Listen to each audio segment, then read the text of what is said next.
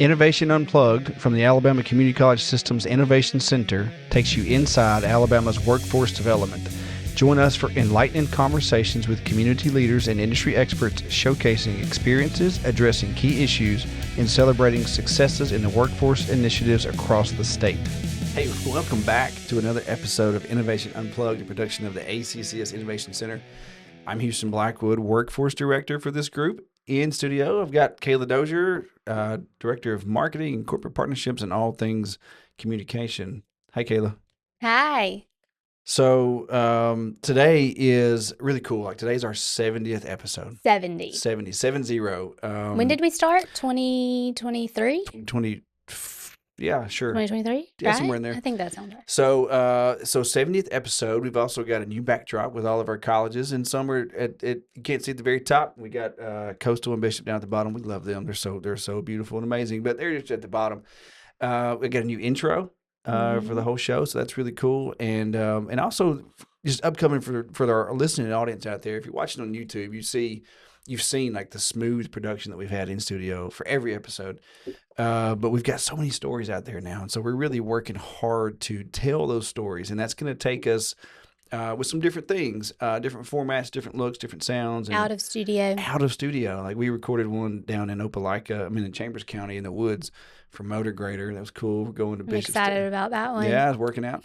We're going to Bishop State next week to record stuff on their CDL range. But what we want to focus on is, I think this speaks to our heart and why we were ever created. Telling the real stories of our people. Like our colleges are great. Like they got stories. Yeah. But we didn't get this started just to tell the stories about the college and how cool they are. Mm-hmm. They are cool, but we want to tell the stories of our students and our completers and the ones who are changing their lives. So as we're working towards that, Kailah, what do you think that does for our listening audience, just for the general mood of why we even do a podcast, why we even come to work every day? Yeah, I think it just humanizes every single thing that we do. We all have jobs to do. We all get up and go to work every day. But a lot of the times we don't stop and really look at the impact of what we do.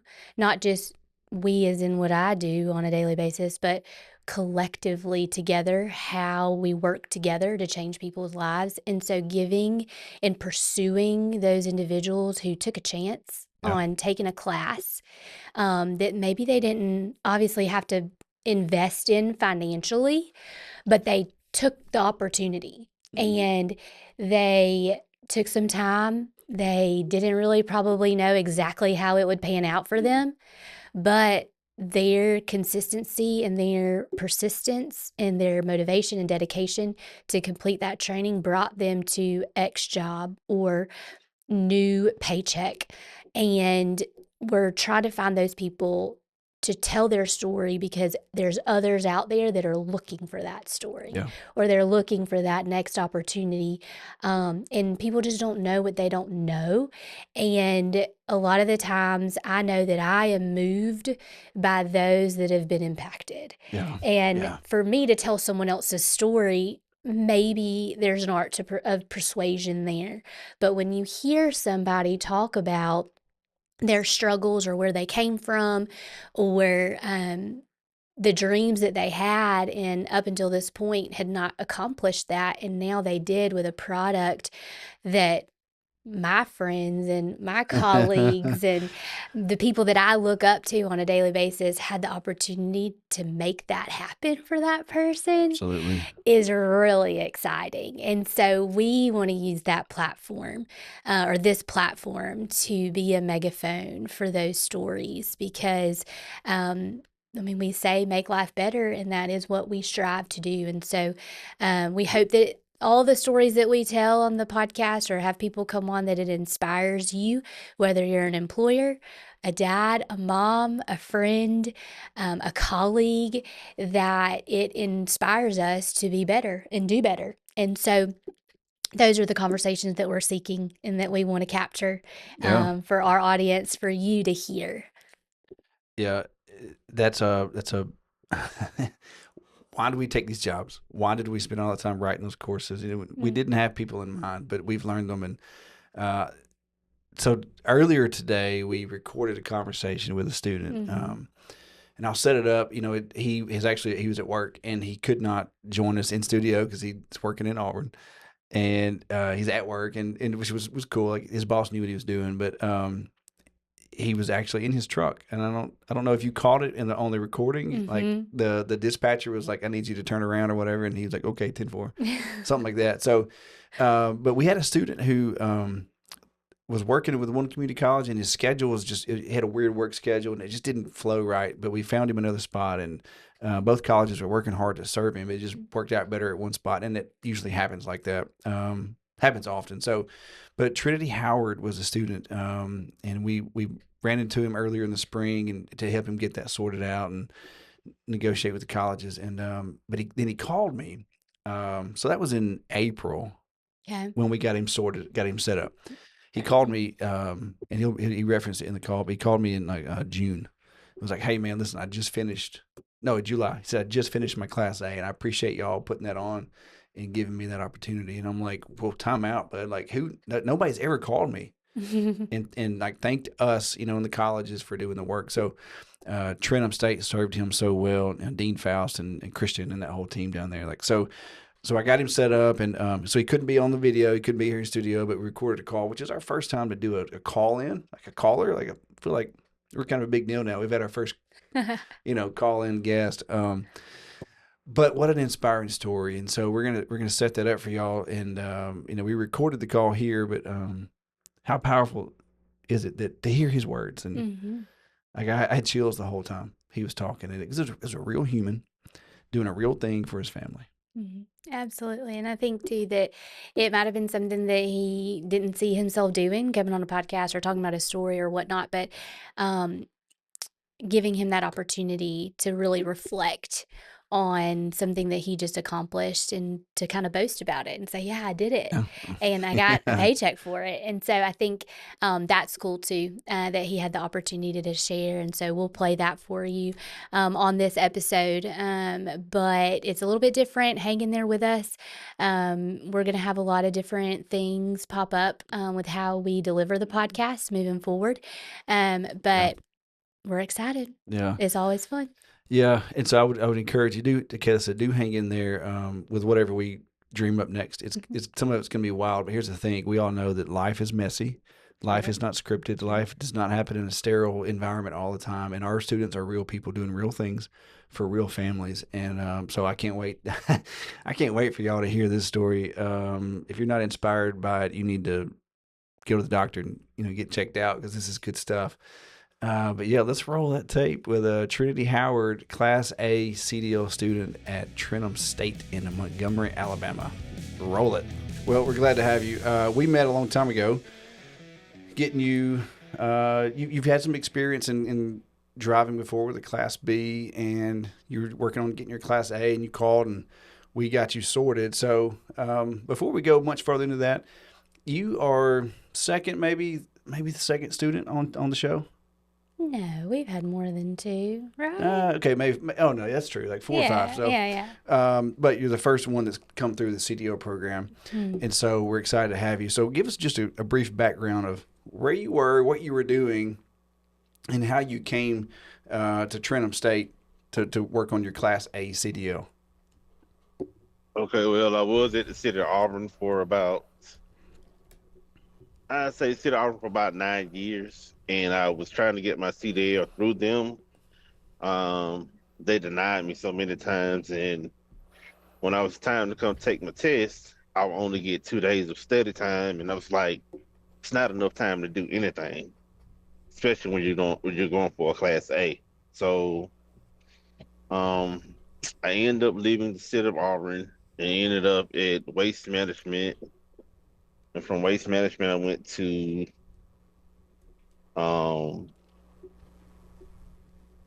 JLD. Okay. And I've been here for quite a while now. He's let me get my CDL. Was going to school at nighttime, and it was a great experience. All those guys, if you're looking for getting your Class A, go to Trenholm. Truck driving.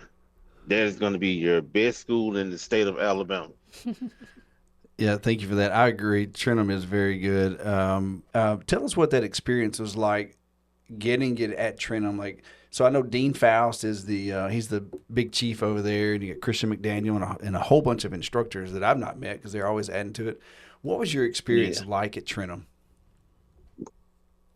At first, I was nervous. I'm not gonna lie to you. I was nervous. I didn't know what to expect. I was like, am I gonna get through this one? But those guys really took their time with each one of us individually. Yeah. They worked with us. Mr. David, um, Leon, and Mr. Jimmy.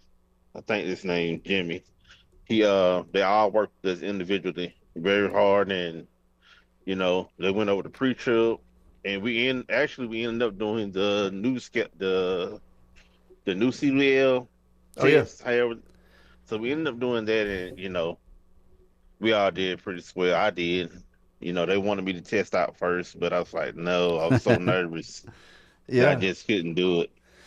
So you did the what they call the modernization, which is like there's a forward piece and there's an offset parking. It's like parallel parking, but going forward. Is that what it is? Yes, sir. Yeah. Okay.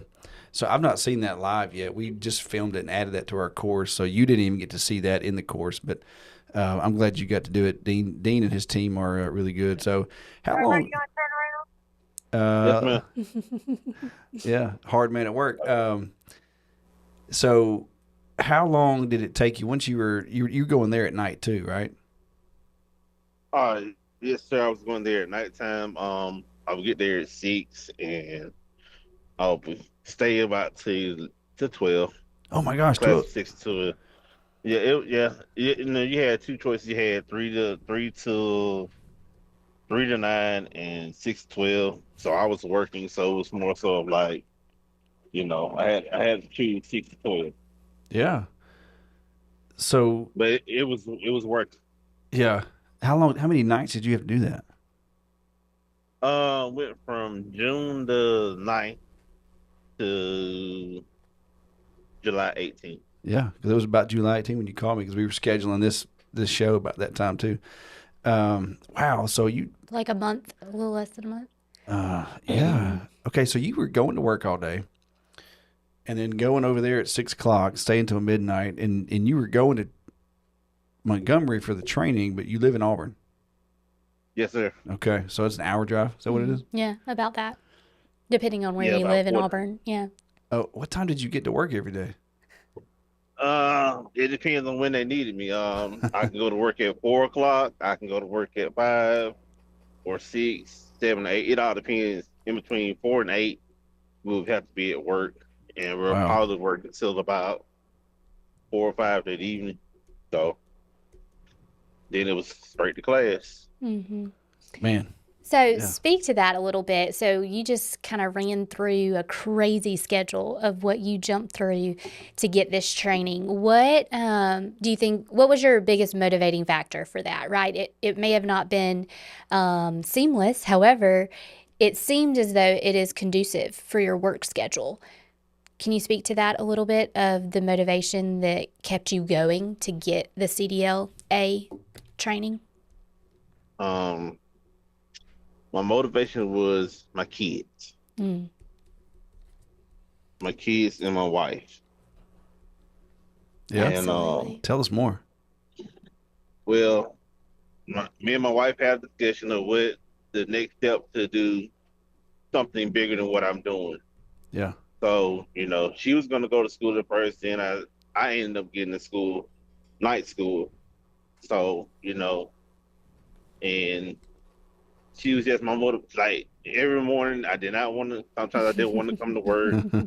She would motivate me to come to work every morning. My kids, they were proud of me every day. They would actually help me out going over uh, homework, pre-trip, everything. They would ask me questions every night, every day. They ask me questions, about the Class A, and they Yeah. really helped me out and motivated me to make money for them and provide for them. That's amazing. They probably learned a lot through that as well. And so I think that really speaks to probably what got you towards the end of that and the reward now of having that new position. With your city work and experience that you had prior to this job, how did that help you?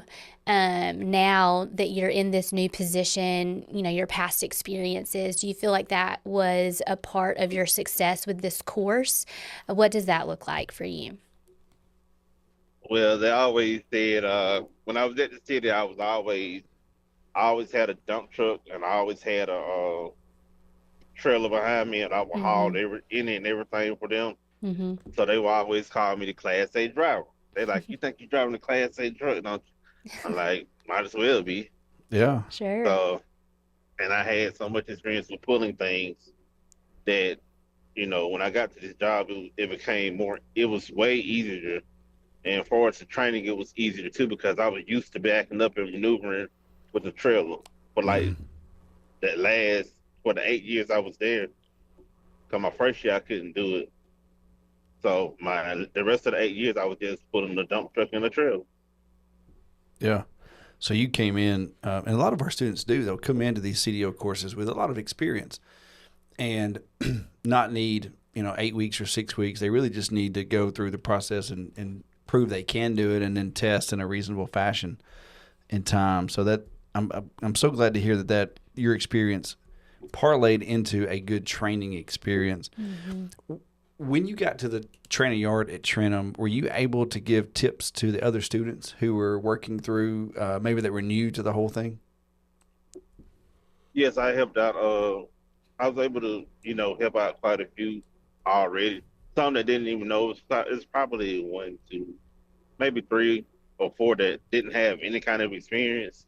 And it was some of us who already did have experience with putting a truck in a trailer. Yeah. And we will all come together as a class and help each other out. Like whatever weak points that we had in class, everybody would help each other out in somewhat fashion.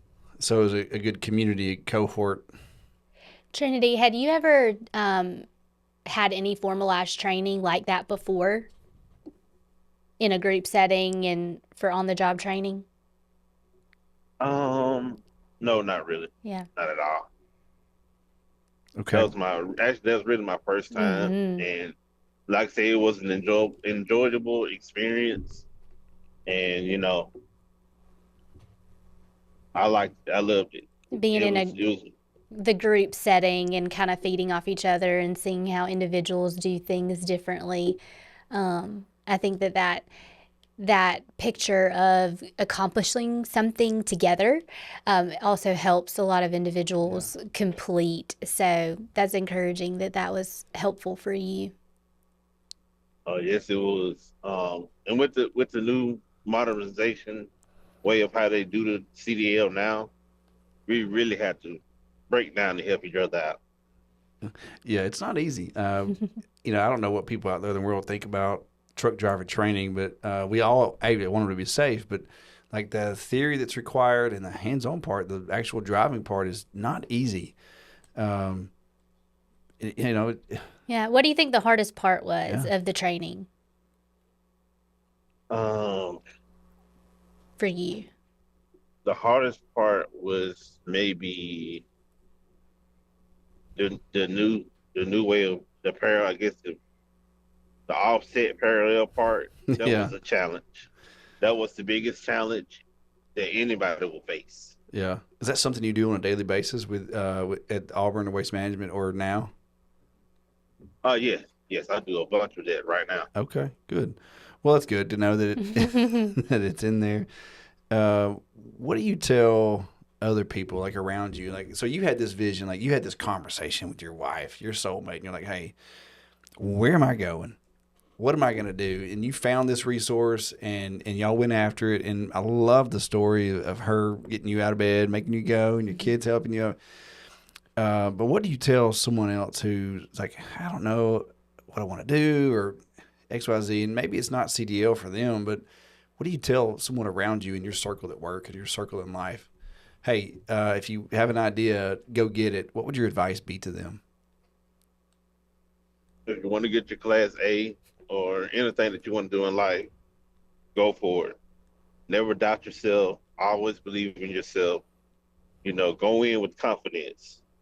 Even though you may have butterflies in the stomach, go in with confidence, knowing that you can do what you want to do. Yeah. Never let anyone stop I love that, man. I think there's some sound bites right there. Um, are you familiar with old school country music, Trinity? The band Alabama? you. A little bit, not much, but a little bit. So they've got this song called, I don't know if I can even say it on YouTube. It's called Roll On. And the dad's a truck driver, and he goes on like these long runs, but it talks about his wife missing him and his children. I think it's three round faces gather around mama. As he's going out one day, and there was a snow, and anyway, so the song was "Roll on, Daddy, roll on home, keep on rolling till you come back home." As you were describing that, I was just imagining what your children were sitting around helping you study, and now you've got this: never doubt yourself, have confidence, keep going, no one can stop you. Do you think your kids picked up on that, watching you work through that crazy schedule for 6 weeks? Yes. I think I motivated my older son to want to go get his Class A, and I have my younger son. I think he wants to go get his once he gets of age. Okay. How old are your children? My oldest son is 23. Okay. Gotcha. So he's ready. Yeah, I think he is. Okay. That's fun. Man, what a story. Any other thoughts you have about working with Trenholm or your future plans? Obviously you've got was it JLD Enterprises, or you're there and they're letting you be with us today. What's next for you though? What are you going to do? I'm looking to go into a local driving job. I put my application in a few places, just waiting to hear back right about now. Mm-hmm. And just yesterday, I've added my 2 endorsements, which is tankers and doubles and triples. Okay. So I'm gonna add hazmat to my endorsements as well. So okay, we offer the hazmat theory. I was about to say that. You can, through the Skills for Success program at Trenholm, you can do the hazmat theory endorsement. Okay. Mm-hmm. Yep. No charge, just like I did not know that. Yeah, just like the Class A, no charge. Now you still got to pay all the the crazy background checks and all that stuff that it takes to get the hazmat. That's all on you, and you got to go take the test down at the DMV. But there's no behind the wheel for that, so you literally just take our theory, and then we record it in the federal database, and then you go down there and take your test. And then you got hazmat, tankers, doubles, triples, Class A. Short of a tank, there's nothing on the road that you can't drive. Right. So you're very well qualified. And I would say that's my plan is, get something that fits me. Yeah. And that's why I'm getting all the endorsements, because my original plan was to get into a tanker, but I know you must have some type of experience before you get into a tanker. Mm-hmm. So I want to go get my experience in before I change to a tanker job. Yeah. Well, smart man. You got it figured out. I will say too that I see a lot of resumes, Trinity. People send them after class and stuff. And Kailah, this man, like he had a period missing. Like that's all he had, like the only update on his resume that he needed. It was so well done, and I've never seen you face to face, Trinity, but I've been so impressed by your questions and your ambition and your drive, and hearing this story now and seeing your impeccable resume and your vision for yourself and your vision for your family. Like, if there was a person who we could have on our 70th episode, to talk about why Skills for Success was created, why the community college system invested, why our colleges are all fantastic and working hard. Like, my goodness, what a perfect person to have on episode number 70. It's exciting. I think too, in your story, we're excited to get it out there because there's a lot of people that I think that can relate, that maybe they were doing something for a while. You said 9 years trying to pursue getting a CDL, life getting in the way or whatever it may be, but that you did not give up. that you looked for other avenues, and your family was behind you. And so the fact that you have accomplished that goal, congratulations on that. That's extremely exciting. And so I'm excited to see what big things you have next for sure. And if the community college system, Trenholm specifically, can support you in those next goals that you set for yourself or for your family.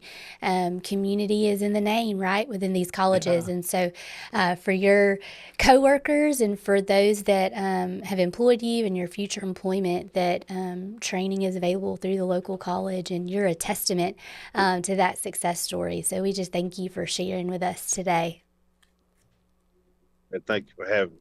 You're very welcome. Okay, this is our final question for everybody. Doesn't matter who you are. Trinity, in 5 years, it's Friday afternoon and you've worked all week and you've done a good job and you're toasting to the week. What exactly are you toasting to? Successful career, successful marriage, successful life. That's powerful. Do you think those first two are connected to that third one? Probably so. Yeah, I think so. Absolutely. Man, I tell you what, I've got chills on my arms, and you're very motivating and inspiring, Trinity, your story. So kudos to you, man. Final thoughts on your journey with Trenholm State and Class A training at Trenholm State. They're truly a work of art. They Okay. are the best. I give very high praises to them, to those guys. Okay. Love it. Love it. Thank you so much for being here, man. I know you've got some tasks to do out there in the working world, so thank you for taking time with us. Absolutely. We enjoyed All right. this episode for sure.